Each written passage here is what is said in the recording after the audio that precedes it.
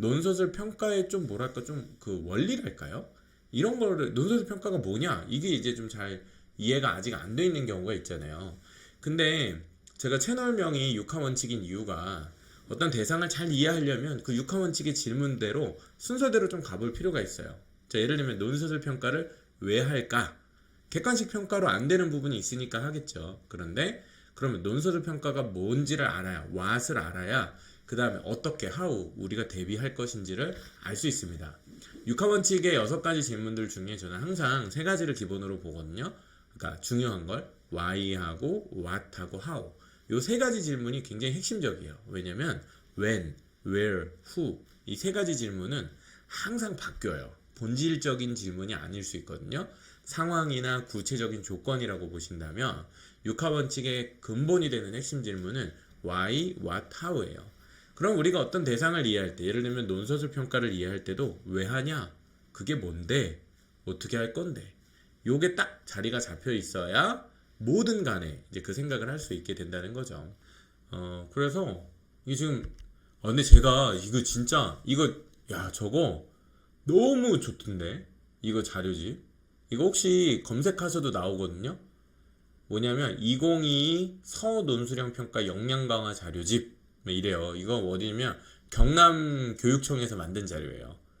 저 오늘 저거 가지고 설명할 거거든요. 뭐 다 필요 없어요. 저기 너무 잘 돼 있더라고. 그래서 와 저거 보면 서논수령 평가가 일단 뭔지는 확실하게 감이 잡히겠다 싶어가지고 또 교양 공부 한번 그렇게 같이 한번 해보겠습니다. 논서술형 평가 저는 논서술이라고 맨날 논술을 앞에 하는 게 익숙해가지고 논서술이라고 제가 얘기를 할 텐데 서논수령 평가 좀 말도 맞죠.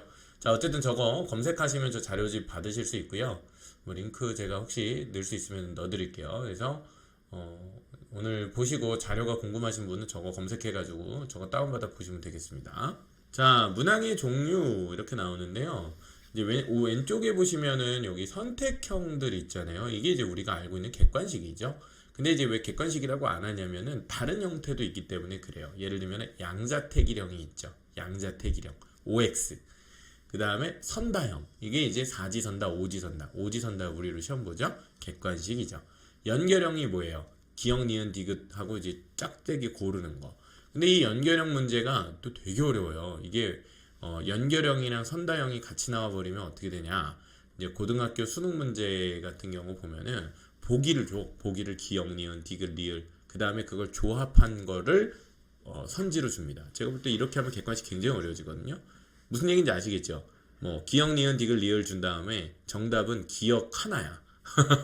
근데 밑에 보기 보면 기역, 니은, 기역, 디귿, 기역, 디귿, 리을 이렇게 하면 헷갈리다가 기역, 니은인가 기역, 디귿인가 그러다가 답은 기억 하나 있고 객관식의 탈을 쓴 연결형이죠.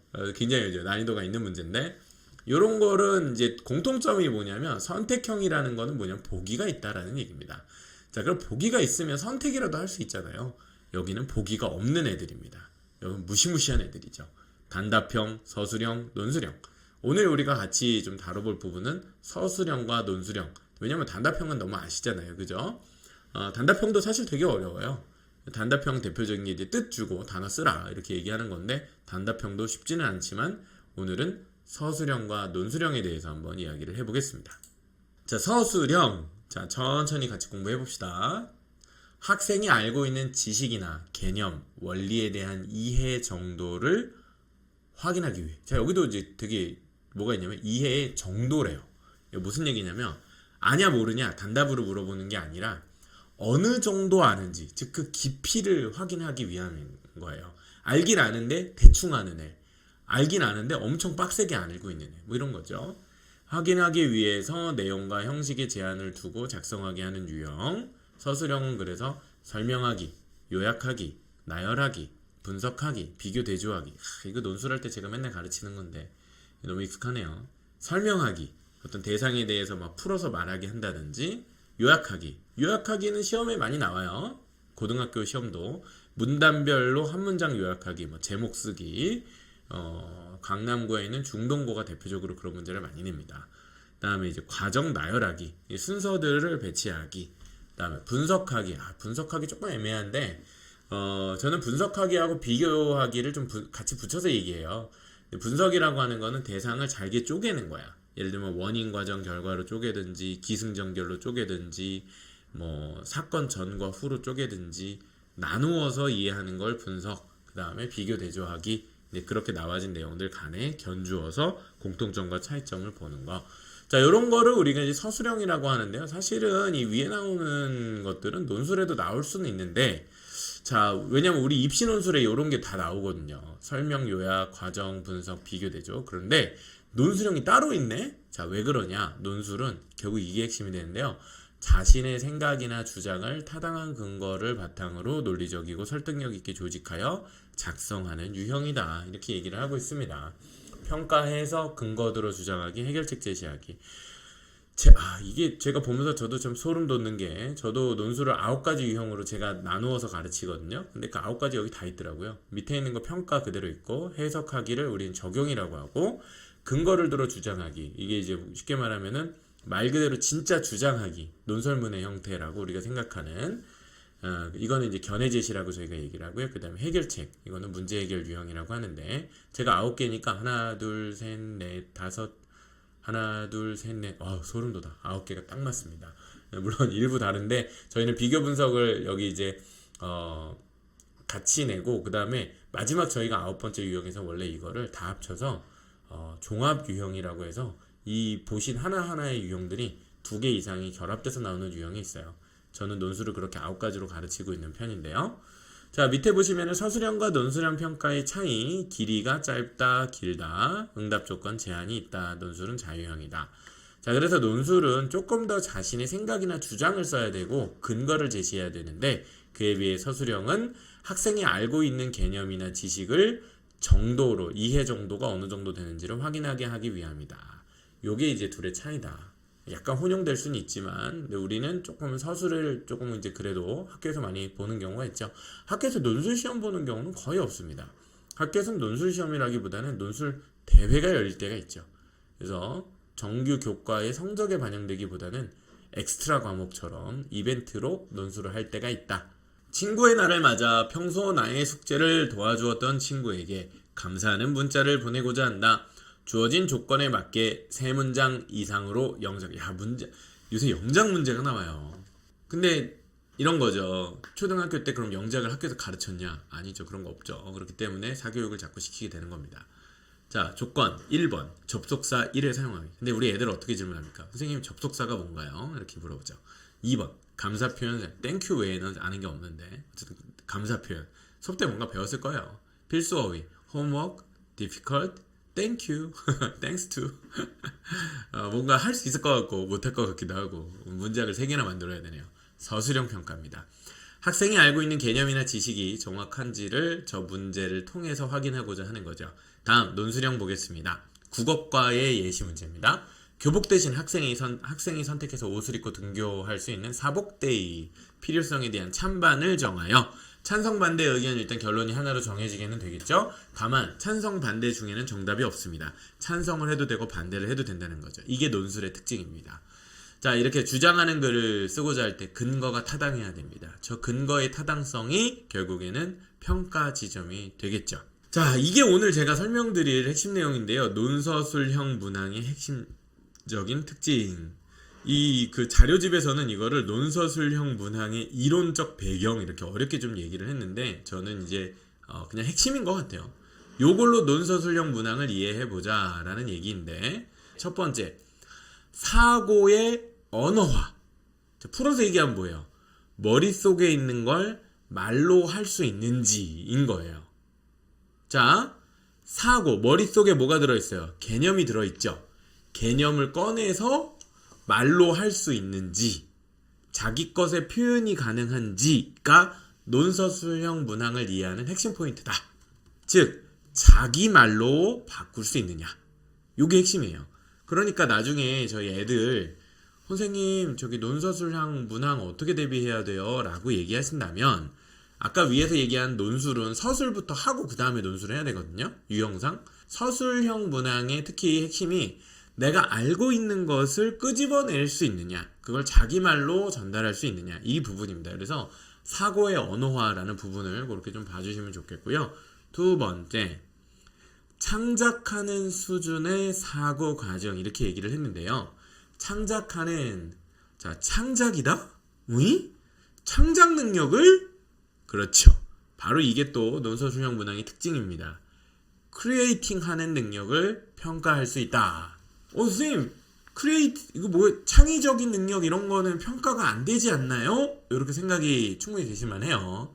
물론 그렇다고 해서 막 엄청난 아티스트적인 그런 창작 능력을 얘기하는 건 아닌데 학습에도 창작이 필요해요. 자, 우리가 생각해야 됩니다. 우리 애들하고도 맨날 이렇게 공부해야 돼요. 그냥 답 막 때려주고 써 이게 아니고 물어보는 거죠. 이해하고 있는지.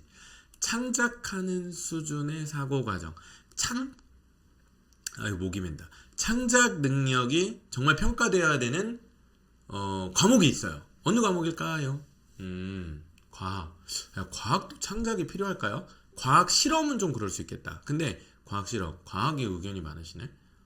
미술은 진짜 그러네요. 미술도 그러네. 문학. 문학은 그러면 문학 창작이요? 근데 이거 약간 좀 교육과정에서 조금은 이제 다루긴 좀 어렵겠죠. 미술 쪽이 좀 많으시구나. 사실은 말씀하신 대로 미술이 되게 맞을 것 같은데 제가 생각한 과목은 코딩이에요. 코딩이야말로 정답이 없어요. 코딩을 평가하려면 창작 능력을 봐야 됩니다. 창작이라고 하는 것은 기본적인 개념을 이해하고 나서 그 개념을 쌓아 올리는 쉽게 말하면 일종의 건축과 같은 과정이거든요. 근데 그 건축의 방식이 개인마다 달라요. 건축하자는 목표는 같지만 건축물의 모습도 달라요. 이거 되게 창의적인 작업일 수밖에 없어요. 그래서 코딩을 학습하고 평가할 때는 저 창작 능력을 보지 않을 수 없는 거죠. 제가 교과라고 해서 조금 이제 약간 난해하게 느끼셨을 수 있는데 코딩이 과목입니다. 그리고 지금 본격적으로 고등과정까지 많이 어필이 안 돼서 그렇지 저는 코딩이 점점 더 영역은 많아질 거라고 생각하고요.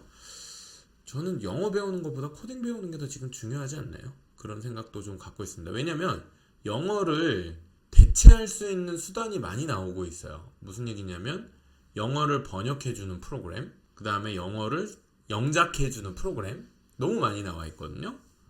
우리 영어 공부해야 되는 이유 뭐예요? 첫 번째 한 가지는 학교 시험 보려고, 두 번째는 외국 놀러 가서 여행 가려고. 이 두 가지 정도인데 사실은 그걸 학교 시험이 아니라고 한다면 굳이 영어를 이렇게 열심히 해야 되나 이렇게 생각할 수 있잖아요. 그런데 컴퓨터 언어인 코딩. 자, 코딩은요 엔지니어 되기 위해서 배우는 게 아니고요. 컴퓨터 언어를 배우는 거예요. 컴퓨터와 소통하기 위한. 물론 요즘에는 컴퓨터도 사람의 말을 너무 많이 이해하기 시작했어요. 기계어로 주는 게 아니라 그냥 자연어, 우리가 일반적으로 이렇게 대화하는 말을 너무 잘 이해하게 돼서 앞으로 그런 코딩도 사실 배울 필요가 없나 싶기도 한데 저는 코딩을 언어로 이해하는 게 일단 1차적이지만 또 하나는 그 언어를 사용하는 어떤 그 언어를 가지고 여러 가지 문제들을 해결해가는 과정들이 있거든요. 근데 그런 걸 좀 해야 되는데 그러려면은 사실은 그 창작 과정에 대한 이해나 평가가 반드시 수반됩니다. 그래서 이제 그런 부분들을 제가 볼 때는 코딩도 하나의 과목으로서 특히 창작 능력을 굉장히 보는 일종의 뭐 발명이라는 얘기도 아까 해주셨는데 그런 부분에서 중요한 게 아닌가라고 생각이 됩니다. 다음에 세 번째로 넘어가 보면요. 탐구 역량 향상을 위한 지식의 구조화. 와, 이거 되게 어렵다. 이거 말도 너무 어렵다. 탐구. 근데 이제 제가 전에 좀 많이 강조를 드려서 아시는 분들은 아실 텐데 탐구란 건요. 쉽게 얘기하면 답을 주는 공부가 아니라 스스로 질문하게 하는 공부를 저는 다 탐구라고 봐요. 그러니까 뭐냐면 어떤 지식이나 답을 찾는 행위가 탐구거든요. 그러니까 뭐냐면 궁구하다, 탐색해, 탐험해. 야, 우리 탐험하러 가자. 그럼 거기서 막 보물을 발견할 거 아니에요. 탐험하러 간다. 그래서 그렇게 뭔가를 궁구하고 연구하고 생각해서 답을 찾으려고 하는 행위들. 그러니까 답이 정해져 있지가 않은 거예요. 쉽게 말하면. 이런 역량을 향상시키기 위해서 어려운 것도 나왔다. 지식의 구조화. 으아, 저거 되게 어려운 말인데. 지식을 구조화시킨다고 합니다. 근데 저게 되게 중요한 말이에요. 자, 왜 중요하냐면 저게 지금 대입수능 개편안에 저 지식의 구조화 부분이 굉장히 영향을 크게 줍니다. 네, 예를 한 가지만 요 얘기하고 이제 본론으로 넘어갈게요. 하나씩 같이 짚어볼 텐데, 지식의 구조화가 무슨 말이냐면은, 구조라는 거는 뭐 약간 우리 레고 블럭 만드는 거 쌓기 이렇게 생각하시면 되잖아요. 지식을 하나의 스트럭처로 만드는 거예요. 이 땅바닥에 있는 점은 뭐야? 블럭 하나. 이거는 1차원. 점이 연결됐네? 선이 됐어요. 2차원. 그게 이제 아니다. 잘못 얘기했다. 어쨌든 1차원과 2차원의 구조. 왜냐면은 면까지도 2차원이죠. 입체가 돼야 3차원이죠. 자, 그러면은 저 선을 또 이어가지고 면까지 요렇게 해도 다 이것도 2차원이네. 그 다음에 면이 켜켜이 쌓이면 부피가 되죠. 3차원이 되죠. 이게 뭐냐면 구조, 스트럭처를 계속 발전시키는 거예요. 다음 단계로. 자, 그러면 지식이라고 하는 게 처음에는 하나의 블럭처럼 하나의 점처럼 어떤 단어 하나로 존재할 수 있어요. 그런데 써먹으려면 이 레고 하나 블럭으로는 써먹을 게 없어요. 레고 블럭으로 배를 만들든지 입체를 만들어야 되는 거예요. 이게 뭐냐면 구조화예요. 이 구조화할 수 있는 능력을 가져야 되거든요. 어쨌든 근데 지식의 구조화라는 건 이래요. 블럭이 예를 들면 내가 네모난 블럭도 있고 동그란 바퀴 블럭도 있어요. 둘을 결합을 시킬 수 있어야 되잖아요. 이게 구조화에 반드시 필요해요. 무슨 얘기냐? 교과가 융합되는 겁니다. 자, 예를 들면 지금 통합사회, 통합과학의 핵심은 뭐냐면 통합이라는 단어예요. 통합이라는 말은 뭐예요? 물화생지를 나누어서 과목을 공부하는 게 아니라 그것들끼리 자연스럽게 융합될 수 있게 그걸 블럭으로 활용한다라는 거예요. 그래서 그 지식들이 켜켜이 쌓아 올려지면서, 자, 예를 들어 보죠. 바이오 헬스케어. 여기에 무슨 지식이 필요해요? 생명과학만 필요해요? 아니에요. 화학도 필요해요. 나아가서는 물리도 필요해요. 예를 생각해 볼까요? 바이오 헬스케어. 우리 수면 잘 자고 있는지를 이제 조사를 해가지고 수면에 도움이 되는 음악도 틀어주고 뭐 알약도 주고 영양제도 준대. 자, 뇌파를 측정해야 돼요. 어플리케이션만 아니고 컴퓨터 사이언스까지 필요하네. 근데 어쨌든 뇌파 측정 물리 개념 필요해요. 왜냐면 그걸 그래픽으로 표현해야 되잖아요. 그 다음에 수면 상태에 대한 이해. 그러면 이제 뇌에서 어떤 뭐 화학 물질이 어떻게 분비가 되고 그게 신체에 어떻게 작용하는지 알려면 이제 생명과학도 알아야 되지만 화학과 생명학이 다 들어가잖아요. 이거를 결코 따로 배울 수가 없는 거거든요. 물론 이제 당연히 그 과목마다 체계를 정확하게 이해하기 위해서 심화를 해야 되지만 공통과학, 공통사회는 지금 어려운 거 낼까봐 걱정하시는데 그게 아니고 융합형으로 출제돼서 난이도가 높아질 거예요. 그러니까 뭐냐면 사회 같은 경우도 경제랑 문화가 같이 섞인 문제를 보게 된다는 거죠. 따라서 지식을 하나의 지식 자체를 외우고 있느냐 암기형으로 물어보는 게 아니라 그걸 활용하기 위해 활용하는 예가 뭐예요? 탐구죠. 탐구와 같은 지식 활용을 하기 위해서 그 전 단계에서 분리되어 있는 지식들을 서로 결합시키고 구조화해서 쓸 수 있느냐 이 부분을 물어볼 거기 때문에 저게 수능 문제가 저렇게 나온다고 지금 예시를 한 거거든요. 내년 초에 예시 문항이 나오겠지만 간단히 얘기하면은 뭐냐면 교과 융합이에요. 교과 융합. 자, 그럼 정리해보면 탐구 역량을 즉 스스로 설계하고 답을 찾는 행위를 하기 위해서 지식을 구조화해야 되는데 지식을 구조화한다는 말은 서로 분리되어 있는 여러 개의 지식들을 결합시켜서 더 큰 규모로 발전시켜야 된다. 뭐 이런 내용인 거죠. 그래서 첫 번째 주제를 다뤄볼 텐데요. 첫 번째 주제는 언어화예요. 사고의 언어화라는 부분을 얘기를 해보겠습니다. 그러니까 이게 이제 뭐냐면은 이제 교육학에서 설명하는 교육의 평가 영역입니다. 창작 영역, 평가 영역, 분석 영역, 적용 영역, 이해 영역, 기억 영역. 우리가 많이 보는 게 뭐예요? 객관식에서 많이 하는 거는 이해나 기억이죠. 암기를 했느냐, 그 다음에 이해했느냐 정도로 물어보는 거라면 객관식으로도 물어볼 수 있는 게 그 위에 있는 것도 물어볼 수 있어요. 평가와 분석과 적용의 문제가 당연히 나올 수 있습니다.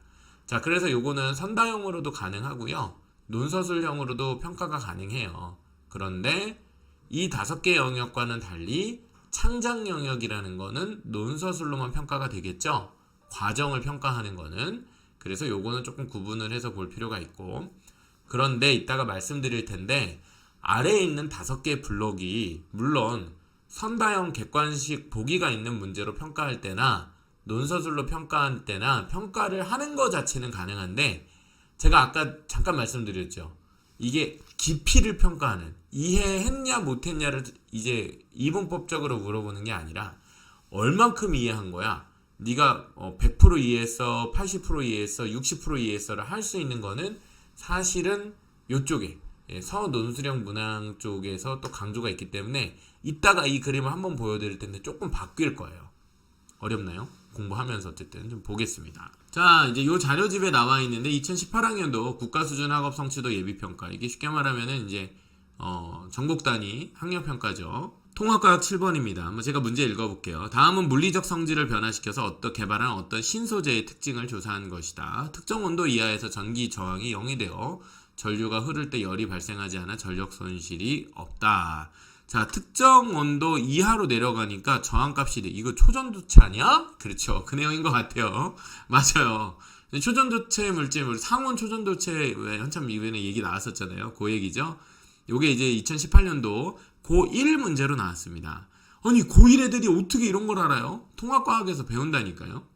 자, 그래서 그러니까 쉽게 말하면 이건 그냥 저항에 대한 설명을 했을 뿐이에요. 그렇게 어려운 게 아닙니다. 다음에 이제 액체 질소에 넣어 냉각시킨 신소재를 강한 자석 위에 올려놓으면 신소재가 자석 위에 뜬다. 요게 또 그 초전도체 물질의 또 다른 성질이죠. 저항이 0값이 되는 성질도 있지만은 어쨌든 자성이 생기죠. 이 신소재의 특징이 적용된 사례로 적절하지 않은 것은, 이제 보세요. 위의 내용을 이해하면 그냥 할 수 있어요. 자기 무상열차, 불에 타지 않는 방열복, 전력 손실이 없는 송전선, 자기 공면 영상장치, 강한 자기장을 만드는 전자석. 자, 요게 적용되지 않는 것. 그러면 위에서 보니까 크게는 두 개의 성질이 있었네. 그죠? 저항이 없다. 그 다음에 강력한 자성을 띠게 된다. 요거 중에 아닌 것 고르는 거야. 자, 이때는 이제 또 뭐가 나올 수 있냐면은 사실은 몰라도 하나를 고를 수가 있어요. 그죠? 몰라도 할 수 있잖아. 자, 여기 있는 5개의 소재 중에 찍어봐. 그러면 맞출 확률이 일단 20% 정도 되니까 지금 대충 느낌 오시죠? 아마 제가 볼 때는 2번 아닌가 싶기는 한데요. 왜냐면 이거 저항이랑은 상관이 없잖아요. 그죠? 신소재로 만들어진 제품 2가지를 사례로 활용하여 이 신소재의 특성을 설명하래. 와, 무슨 느낌이신지 아시겠죠? 그러니까 여기서는 지금 2가지 포인트가 있는 거예요. 신소재의 특성을 위의 내용을 통해서 도출해서 쓸 수 있어야 돼. 어렵습니까? 어렵진 않죠. 근데 자기 말로 써야 되고 보기가 없다는 거 정도가 특징이겠죠. 신소재 특성을 꼭 암기해야 되나요? 그건 아니죠. 위에 있는 내용이 어느 정도 나와 있잖아요. 2가지 정도. 그 다음에 그 신소재로 만들어진 제품 2가지를 사례로 들 수 있어야 돼요. 그게 이제 왼쪽에 있는 거고 아마 이 과정은 교과서로 학습을 했을 겁니다. 그래서 이렇게 되면은 이게 논소술형으로 바뀌는 것이다. 예시 문제가 되는 거죠. 다음 문제 가보겠습니다. 요거 문제에 대한 설명인데 해설도 괜찮더라고요. 한번 볼게요. 동일한 성취 기준을 평가하고 있다고 느껴지는 선다형 문대와 서술형 문항을 비교해 볼까요? 어떤 차이가 느껴지세요? 논서술형 문항은 일단 잘 몰라서 추측해서 점수를 얻으면 되게 젠틀하게 썼죠. 찍어서 맞출 확률이라는 얘기죠. 논서술형은 적절하게 응답하기 위해서는 자신의 지식을, 자 이거죠, 글로 써서 의사소통하는 훈련을 해야 된다. 선다형 문항을 알고 푼 학생들도 선지형으로 맞춘 친구들도 자기 생각을 언어로 표현할 때는 어려움을 겪고, 그러니까 이게 뭐예요? 사고의 언어화예요. 요게 그래서 논소술형 평가가 강조하는 포인트다. 밑에 이제 여기 교수님이 아주 중요한 포인트를 이야기해 주셨어요. 논소술형 평가의 가장 큰 장점 하나는 자신의 지식과 지식 자체와 사고의 과정, 그 과정 자체의 단계를 관찰 가능한 형태가 뭐예요? 말이나 글로 바꾸는 거죠. 그래서 논서술형 문항을 대비하는 과정에서 학생들은 자신의 생각을 명료하게 언어화하는 습관을 들이게 되고, 이는 의사소통 능력의 향상으로 이어집니다. 그러니까 의사소통 능력하고 지식의 개념 이해하고 연결이 된다는 거죠. 그래서 객관적으로 관찰 분석해서 논서술형 문항이 학습자의 초인지죠. 이거 초인지가 나오는, 이게 무슨 얘기냐면 메타커그니션, 그러니까 메타인지 얘기예요. 메타인지를 장려하는 작업.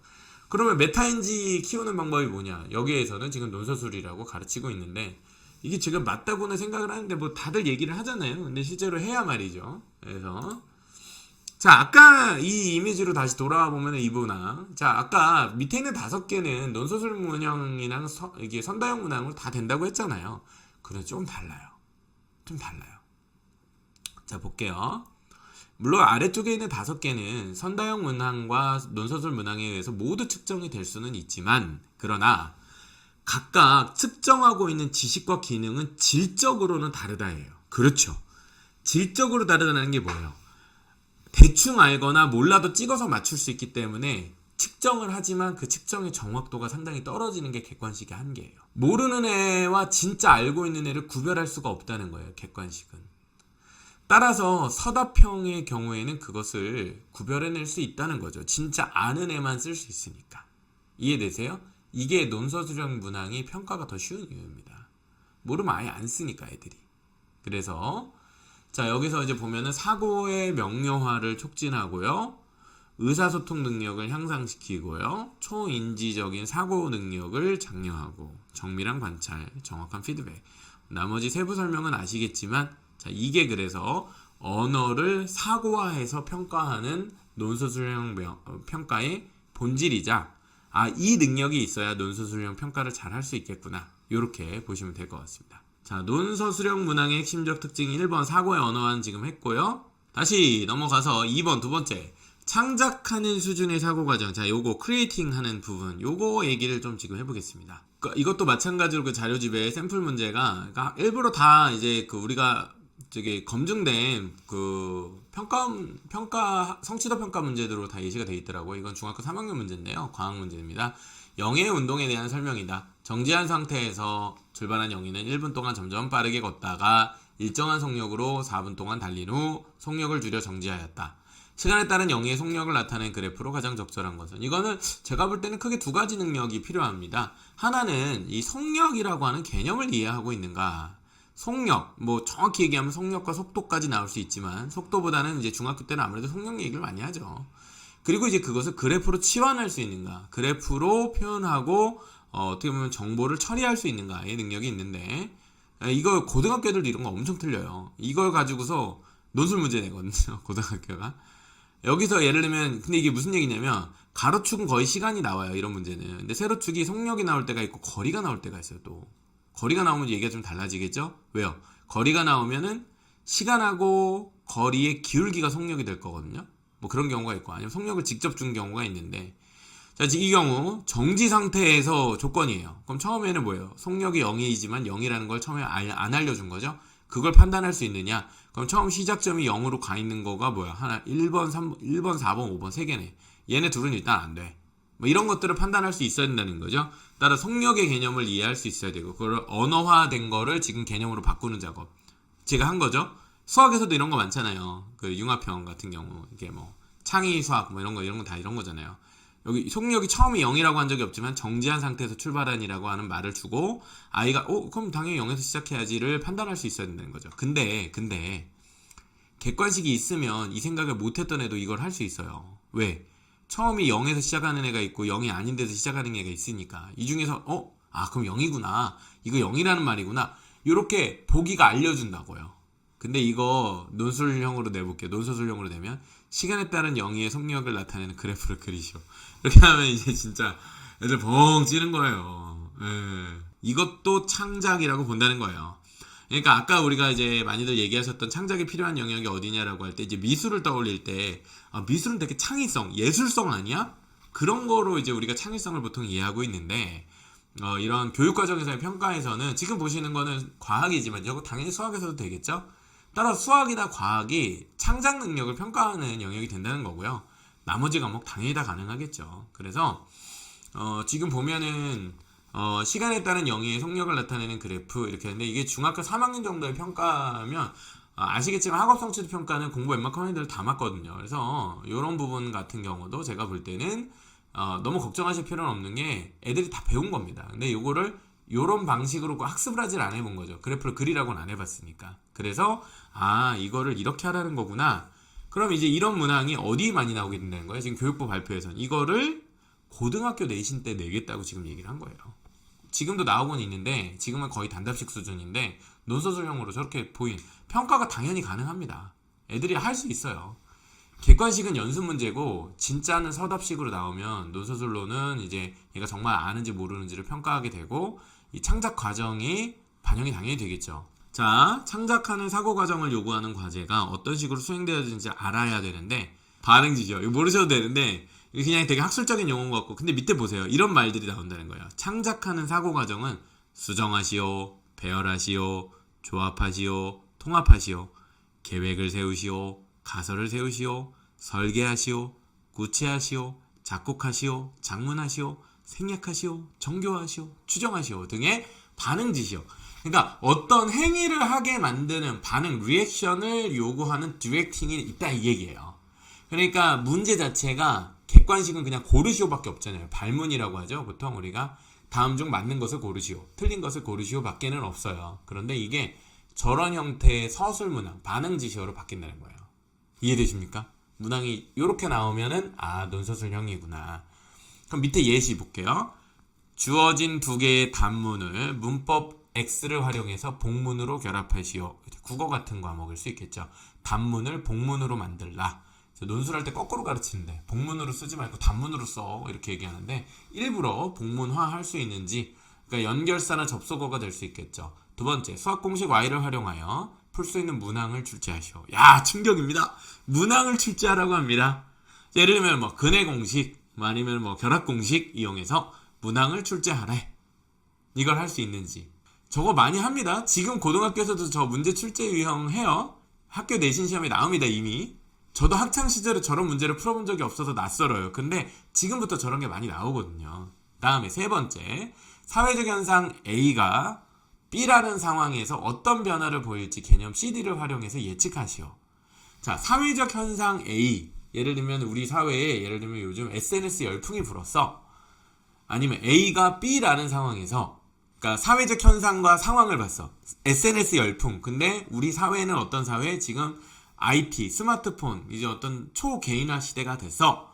두 조건을 결합시키는 거죠. 어떤 변화를 보일지, 아니면 그 상황을 바꿔주는 거야. 뭐 B라는 상황이 뭐 미래 30년 후 개념 CD를 활용해서, 그러니까 이거는 뭐 사회과에서 배웠던 개념이겠죠. 그 개념을 활용해서 어떤 일이 벌어질지 예측하라. 이거는 이제 적용 유형이라고 볼 수 있는 문제인데 그걸 쓰는 거예요.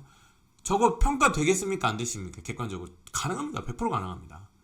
그 다음에 그 대신에 이제 예시는 예측에 대한 내용이 되게 다양하게 나오겠죠. 근데 다 맞아요. 개념이 정확히 이해가 됐고 조건을 그대로 고려를 했다면. 그 다음에 변인 X와 변인 Y의 관계를 나타내는 그래프를 그리시오. 자, 반응 지시를 보니 여러 가지 아이디어가. 그러니까 뭐냐면 평가의 툴이 그만큼 바뀌어진다는 얘기입니다. 자, 마지막 이제 세 번째 얘기로 좀 넘어가 볼게요. 세 번째 얘기는 제일 어려운 탐구 역량 향상을 위한 지식의 구조화라는 얘기입니다. 자, 다시 봐도 어려운 말인 것 같아요. 지금 무슨 말이야? 탐구 역량 향상을 위한 지식의 구조화.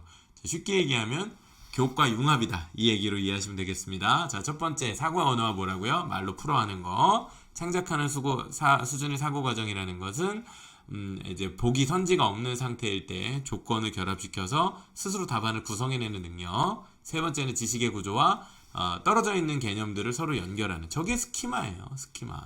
근데 지금 그 스키마가 어느 단계로 가냐면은 교과와 교과의 스키마가 결합되는 방식으로까지 업그레이드 돼야 된다. 그래야 탐구가 나오는 거죠. 탐구 역량 향상을 위한 지식의 구조화 이렇게 나오는데요.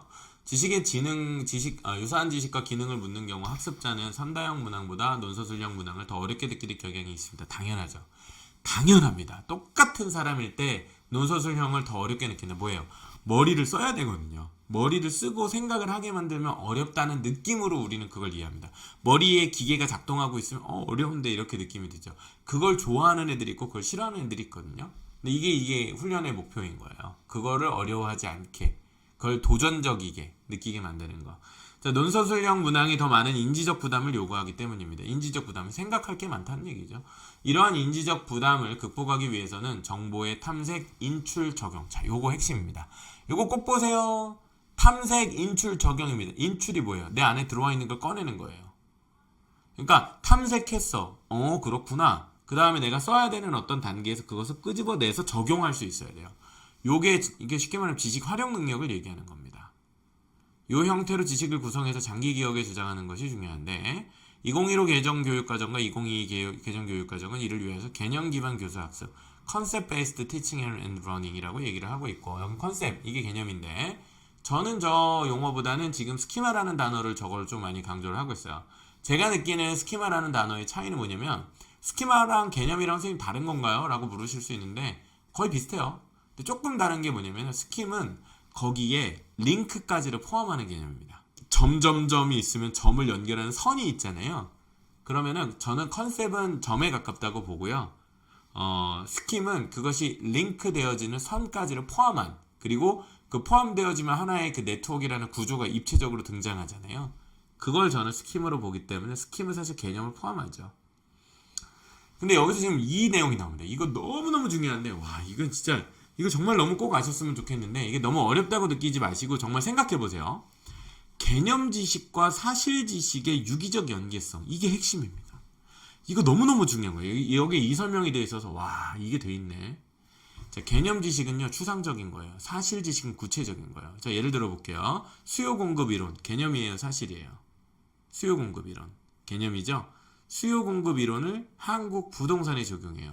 지금 공급이 부족해진다고 얘기 많이 나오고 있잖아요. 그래서 시장에서 막 아파트 가격이 올라가냐 내려가냐 얘기하고 있잖아요. 그게 뭐예요? 사실 지식입니다. 따라서 개념을 사실에 적용해야 되는 거예요. 여러분 개념 무시하지 마세요. 수요 공급 이론 안 배웠는데 어떻게 투자를 합니까? 부동산에 어떻게 투자를 할 수 있겠어요? 우리 애들 돈 벌길 바라시면 수요 공급은 개념을 당연히 알아야 되는 거예요. 그러니까 경제 개념을 모르고 투자 개념을 모르고 환율 개념을 모르는데 어떻게 우리 애들이 돈을 잘 벌기를 바래요? 불가능한 얘기잖아요. 개념을 무시하시면 안 돼요. 개념이 단순히 수학 문제 풀 때 자꾸 필요하다고 되게 좁게 이해하시는데 그게 아니고요. 개념은 정말 정말 중요한 겁니다. 그래서 개념을 근데 적용해야 돼요. 뭐에? 우리가 살고 있는 현실에. 따라서 개념을 사실에 적용하는 구체화. 또 사실 지식에서 개념을 도출해내는 추상화. 이 두 가지의 능력을 모두 잘하는 걸 영역 전이 능력이라고 합니다. 이게 가장 고도화된 능력이에요. 영역 전이. 그래서 지금 여기서 탐구 역량이라고 하는 것의 핵심이 지금 영역 전이 능력을 물어보는데 이게 서울 내에서 엄청 강조하는 능력이에요. 영역 전이 능력. 그게 지금 보시는 것처럼 개념과 사실 간의 유기적 연계를 할 줄 아느냐. 뉴스 기사를 보고 개념으로 이해할 수 있느냐. 개념을 도출할 수 있느냐. 그 다음에 내가 알고 있는 개념에 대한 예시를 현상에서 현실 속에서 찾아낼 수 있느냐. 굉장히 중요한 능력입니다. 정말 너무너무 강조를 해드리고 싶고요. 자, 이러한 능력은 학교에서 습득해야 되는 중요한 능력인 것 같아요. 근데 이게 안 되고 있다는 게 문제죠. 근데 자꾸 학교를 탓하기보다는요, 학교 현실을 이해하셔야 돼요. 학교 선생님들은요, 무엇을 위해 존재합니까? 애들을 위해 존재하죠. 애들이 뭘 원해요? 대학 입시를 원하잖아요. 그러니까 대학 입시에 필요한 내용들을 해주느라 이걸 할 수가 없는 거예요. 그러니 대학 입시가 이쪽 방향으로 바뀌어줘야, 적어도 고등학교 내신이 이쪽 방향으로 바뀌어줘야 선생님들이 이걸 가르칠 수 있게 되는 거예요. 아시겠죠? 그래서 지금 변화를 어떤 관점에서 긍정하고 어떤 관점, 야, 이게 수능이 제일 공정하지 무슨 지금 이런 거야 이렇게 얘기하실 수도 있는데, 저게 필요하다고 생각하면 그렇게 가는 거고요. 아니면 그냥 객관식 찍어서 맞추더라도 이게 이제 제일 사교육 유발하지 않고 이게 제일 공정한 거 아니야? 라고 생각하시는 거죠. 저는 객관식 시험이 사교육 유발 효과를 막을 수 있을 거라는 기대를 1도 가지고 있지 않습니다. 저희가 여태까지 객관식으로 30년 넘게 수능시험을 봤지만 객관식이라는 형태 때문에 사교육이 제한을 받았던 경우는 없습니다. 존재하지 않습니다. 오히려 그 객관식 학습보다 저 논서수련 교육을 공교육이 더 잘 할 수 있게 만드는 게 핵심입니다. 다음, 지식을, 여기 그 말이 나오더라고요. 그래서 전이 가능한 형태라는 이게 핵심인데, 전이가 가능하려면 개념을 도출해서 그 개념을 다른 영역에 대입해야 돼요. 그러니까 예를 들면 이렇게 해볼게요. 레드오션이라는 용어가 일종의 개념이 됐고, 뭐 넛지 뭐 이런 것도 있잖아요. 그게 어떤 사람들이 만든 용어예요. 근데 그게 개념이 돼서 그게 처음에는 경영에서 나왔지만 경영이 아닌 다른 영역들로 확산되기 시작합니다. 예를 들면 또 하나 뭐 더 쉬운 거, 보편적인 거, 지속가능성이라는 개념이 등장합니다. 근데 이 지속가능성이라는 개념이 원래 환경 영역에서 나왔겠지만 그것이 요즘에는 경제 얘기로 전이가 되기도 하죠. 이렇게 서로 다른 영역을 넘나들며 개념을 확장시키고 적용할 수 있는 능력, 이걸 영역전이 능력이라고 부르는 거예요. 근데 이 영역전이 능력을 하려면 뭘 갖춰야 된다고요? 바로 이 개념 지식도 있어야 되고 사실 지식도 있어야 되는데 중요한 건 그걸 링크시키는 능력입니다. 이게 스킴입니다. 이것을 연결하는 힘, 연결고리를 만들 수 있는 힘. 자, 이걸 할 때는 논서술이 당연히 유리할 건 당연한 얘기입니다. 왜요? 선다형 문단은 그냥 답이 정해진 것들 중에서 찍기를 하는 교육이지, 이걸 절대로 가르칠 수 없어요. 교육은 평가 시스템을 바꾸지 않으면 교육은 안 바뀌어요. 평가가 바뀌는 게 핵심입니다. 평가가 어떻게 바뀐다는 거예요? 객관식에서, 정량평가에서 논서술형으로, 혹은 정성평가로 바뀌어져야만. 자, 다음 정말 중요한 말씀이셔요. 교수님이 정리해 주십니다. 전이 가능한 지식 습득을 위해서 2015 교육과정 2022 아까 얘기했던 개념 기반. 개념이 뭐예요? 지식 개념 최소 단위. 그것들을 지식을 구조화한다. 그게 뭐예요? 그것들을 연계하고 쌓아 올린다. 탐구 역량을 향상시키기 위해서 학생은 반드시 깊이 있는 사실 지식 기반을 가지고 있어야 되고, 특정 영역에 대한 통찰력이 있어야 돼요. 내가 미디어를 좋아해. 그럼 미디어 영역의 요즘 트렌드를 내가 쫙 알고 있어야 돼. 나는 예를 들면은 인공지능을 좋아해. 그럼 인공지능 영역의 요즘 트렌드를 내가 알고 있어야 돼. 사실 지식이 있어야 돼요. 근데 그 안에 그 사실과 내가 교과서에서 학교에서 배운 개념 지식이 연결돼야 돼요. 그렇기 때문에 개념이라는 틀, 이게 개념적 틀이 스키마예요. 이게 핵심입니다. 개념 하나가 아니라 개념적 틀이에요. 그게 프레임으로 구조로서 이해가 됩니다. 저게 핵심입니다. 개념적 틀이라는 맥락, 그렇죠. 그 맥락적 지식이에요. 저거예요. 그래서 자꾸 어휘라고 생각하시면 안 돼요. 어휘는 분절적이에요. 어휘학습이라고 하시면 안 되고 맥락학습인데, 저 개념적 이해의 틀이라고 하는 맥락을, 그래서 지식들이 구조화되는 과정으로 돼야 뭐가 되냐면 인출과 적용이 가능해진다라는 얘기입니다. 사실 지식과 개념 지식을 모두 묻는 문항의 예시입니다.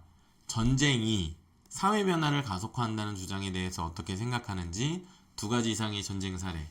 너무 쉽죠? 2가지 이상의 전쟁 사례. 우크라이나 전쟁, 이라크 팔레스타인 전쟁. 지금 너무 큰 전쟁이, 지금 전쟁이 사회 변화를 가속화한다는 주장. 그러니까 요거를 교과서에서 배웠을 거예요. 그래서 전쟁이 사회 변화를 가속화한다라는 명제 또는 이 지식적 개념에 대해서 자신의 의견을 제시하고 거기에 전쟁 사례를 2가지 이상을 포함하라. 풍부한 사실 지식 기반을 갖추고 있으면서도 사실과 생각이라는 개념적 틀에서. 근데 사실 이게 다 되려면 역사를 또 알아야 돼요. 이게 그러니까, 왜냐면 저 사실 지식 기반이라는 게 다 역사거든요. 경제도 역사고요, 미술도 역사고요. 그래서 제가 책 소개할 때나 저희 교육과정에, 저희 모모책장 교육 받으시는 분들이, 예를 들면 저는 모든 교육과정 이렇게 합니다. 예를 들면 경제를 학습해요. 경제를 학습하거나 역사를 학습할 때는 처음에는 분절자일 때는 이벤트, 사건 또는 인물로 접근합니다. 처음 1단계는 사건이나 인물이에요. 2번째 단계가 그 사건이나 인물이 이어지는 하나의 흐름입니다. 이걸 우리가 통사라고 얘기하죠. 자, 경제 같은 경우도요, 뭐 화폐, 뭐 시장 이런 개념을 이해해요. 그 다음에는 역사를 배워야 됩니다. 경제사, 경제의 흐름의 역사를 배우는 게 그 다음 단계고, 마지막 단계가 뭐냐면 철학입니다. 경제 이론이죠. 역사 철학, 역사 이론이죠. 따라서 사례, 이벤트, 인물, 2번째는 히스토리, 그것이 이어지는 통사의 단계, 나머지가 시오리입니다. 이 과정으로 저희 독서 리스트 보세요. 저희가 요즘에 그 인문도 예술 분기 책도 보시면은요, 뭐 예를 들면은 3학년 때 작품, 뭐 아니면 인물로 뭐 반고흐를 배우고, 그 다음에 초등 고학년 때는 중등 초반에 미술의 역사를 배우게 합니다. 그러니까 사조를 배우는 거죠. 뭐 예를 들면 자연주의, 인상주의, 뭐 이런 거, 표현주의, 뭐 이런 것들을 배우고요. 마지막에 그럼 예술이란 무엇인가?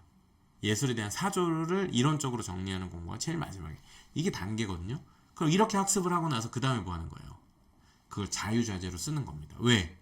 그 아이들이 살아갈 시대는 바뀌잖아요. 그 아이들이 취업한다고 생각해보세요. 그 아이들이 창업한다고 생각해보세요. 그 아이들이 그 개념적인 지식과 사례를 가지고서, 사례는 그러니까 뭐예요? 과거 사례겠죠. 역사라는 거예요. 그걸 보면서 이 개념을 적용했을 때 지금 내가 살고 있는 시대에 나타나는 변화가 무엇인지를 이해할 수 있어야 되고, 미래에 나타나게 될 변화를 예측하고 창업해야죠. 예측하고 학과를 가야죠. 그 능력을 얘기하는 건데, 저게 선진국에서는 사실 많이 하고 있는 부분이긴 한데 이제 우리나라 교육에서 잘 안 하고 있는 부분이죠. 되면 너무 좋겠습니다. 2번째는 추론을 요구하는 문항이 있을 수 있습니다. 자, 우측표에 좌표 B1, B3, B4를 각각 표시하래요. B1, B3, 그 다음 B4. 6개의 좌표를 모두 6개가 어디 있어? 여기 위에 3개밖에 없는데. 사각형이 만들어지도록 3개를 추가하래. 3개를 추가하래요. 그러면은 3개가 6개가 나왔고 6개를 모두 연결했을 때 사각형이 나와야 되니까 아마 뭐 이런 모양일래나요? 뭐 맞나 모르겠네. 6개를 연결해서 사각형을, 그 다음에 3개의 좌표를 선택한 이유를 설명하래요. 그렇게 얘기를 합니다. 자, 이처럼 추론적 사고로 추론이 가능하려면 전제가 당연히 논리를 이해해야 됩니다. 문항이 가지고 있는 논리를 이해해야 추론을 할 수 있고, 추론은 논리랑 절대 뗄 수 없어요. 추론을 시킨다고 하는 것은 논리를 이해했는지를 물어보는 것입니다. 예시로서는 뭐 이거는 외국 사례죠. 수학 문제인데 좌표와 공간에 대한 이해를 시키는 문항인 것 같습니다. 제가 이제 오늘 말씀드리려고 했던 핵심 포인트 다시 한번 재짚어 볼게요. 첫 번째는 사고를 언어화하기 위해서 논소술형 문항. 즉, 그러면 논소술형 문항을 잘 풀려면 우리 아이들한테 어떤 능력을 길러야 될까요? 머릿속에만 담고 있지 말고 그것을 언어로 끄집어내는 거. 말로 끄집어내고 그 다음에 그걸 글로 적는 훈련. 말이 먼저고 그 다음에 글입니다. 말부터 먼저 정리하고 글. 특이하게 말은 잘 못하지만 글만 잘 쓰는 애들이 경우에 따라 있을 수 있겠지만은 학습의 단계에서는 사고, 언어, 그 다음에 글입니다. 다음에 두 번째, 창작하는 수준의 사고 과정. 아까 이제 봤지만은 창작이라 하면 결국에는 선지가 없이 어떤 사례와 개념을 연결해서 조건에 맞게 어떤 답안의 형식을 그래프나 글로 구성해낼 수 있는 능력까지도 의미하는 것이지 단순히 예술적인 능력만을 물어보는 것은 아니다. 그다음에 3번, 탐구 역량을 위한 지식의 구조화에서는 개념들의 연계, 개념들이 맥락으로서 이어지는 하나의 체계로서 이해할 수 있는지, 그래서 그것을 새로운 상황에 적용할 수 있는 지식을 물어보기 위해서 논소술형 문항을 묻는 것이다.